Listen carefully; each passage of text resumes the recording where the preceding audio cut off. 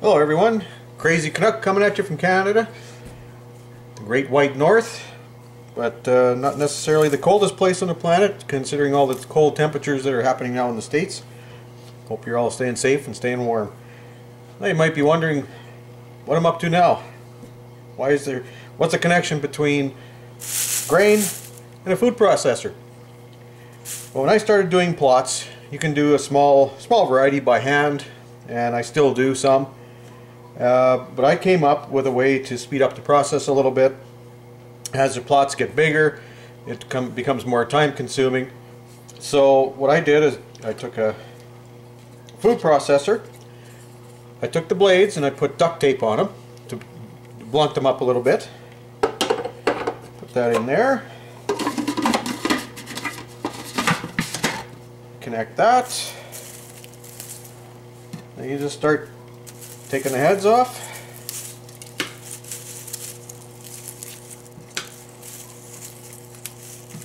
This is probably the only time-consuming part of this, and of course when you're looking at really large plots, I'll be modifying a combine or some type of a harvest machine to handle it, something that I can clean out so that I can keep all the seed varieties pure, which would be the biggest problem in using a combine. By the time you run a plot through it, you've got everything all mixed up.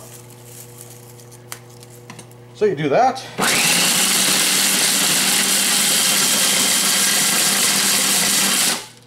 Give it a little bit on low speed. And there you have your harvested barley. Now to get the chaff out, I just run it in front of a fan, blows the chaff out, and the seed is ready to go. So that's what I do for doing my smaller plots. Winter's here like 2 years long, so I got all kinds of time.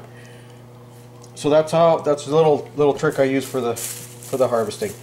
This barley, I'm going to do a little seed primer, a little highlight. This is called Diamond. This was grown back in the 80s in this area. It's a high yielding variety of barley.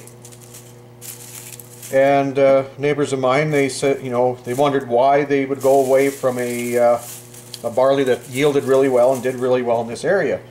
Well, of course, you got an entire industry that revolves around plant breeding. So if everybody used the same varieties that worked over and over again, the entire industry would collapse. So they got to keep bringing out new varieties so farmers can buy the latest and greatest, even if it's worse than what they had. But they keep getting told that that it's the best because it is the newest. So that's Diamond. I did the first trial in the greenhouse, and the genetic potential of this is through the roof. What would normally do 80 to 100 bushels in the field did an equivalent of 380 bushel in the greenhouse. So that gives a really good genetic potential if you had ideal conditions. Anyway, that's the lowdown on my little seed harvesting project, and we'll get on to something else here and see what happens. Okay, taking a look at yesterday's video.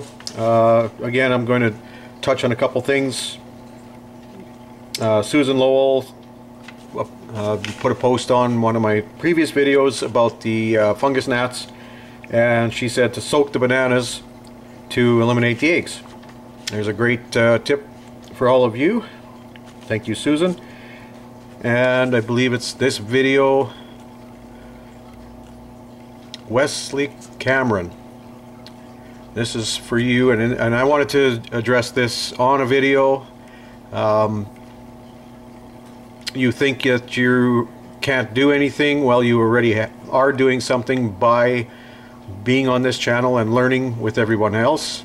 And when you get started, just takes a little different perspective. See what your resources are. See where you can improve things, where you can reduce what you don't need. Figure out your needs versus your wants. You might want a Ferrari, but you need a Datsun. You might want a 2019 lifted up Dodge diesel dually truck, but you need a 1975 Chevy half-ton. So it's just a matter of perspective and working within your skill set and within your means. You can always learn new skills, and there's nothing better than the resources we have right here with Adapt 2030. And you've got Christian over at Ice Age Farmer, and of course Diamond at the Oppenheimer Ranch project. You can always count on the Boom Squad to get all the information you need. So big thank you to all the new subscribers, and a thank you to Diamond for another shout out. My channel is growing and I really appreciate it. I hope I can continue to give good content that people are going to find interesting. And it is a little bit warmer today. It isn't minus 46, I think it's minus 44, so yeah, things are improving. So anyway, another quick update video, and hopefully it warms up, and hopefully everybody's staying safe out there. Subscribe if you haven't, like if you like, and we'll talk to you soon.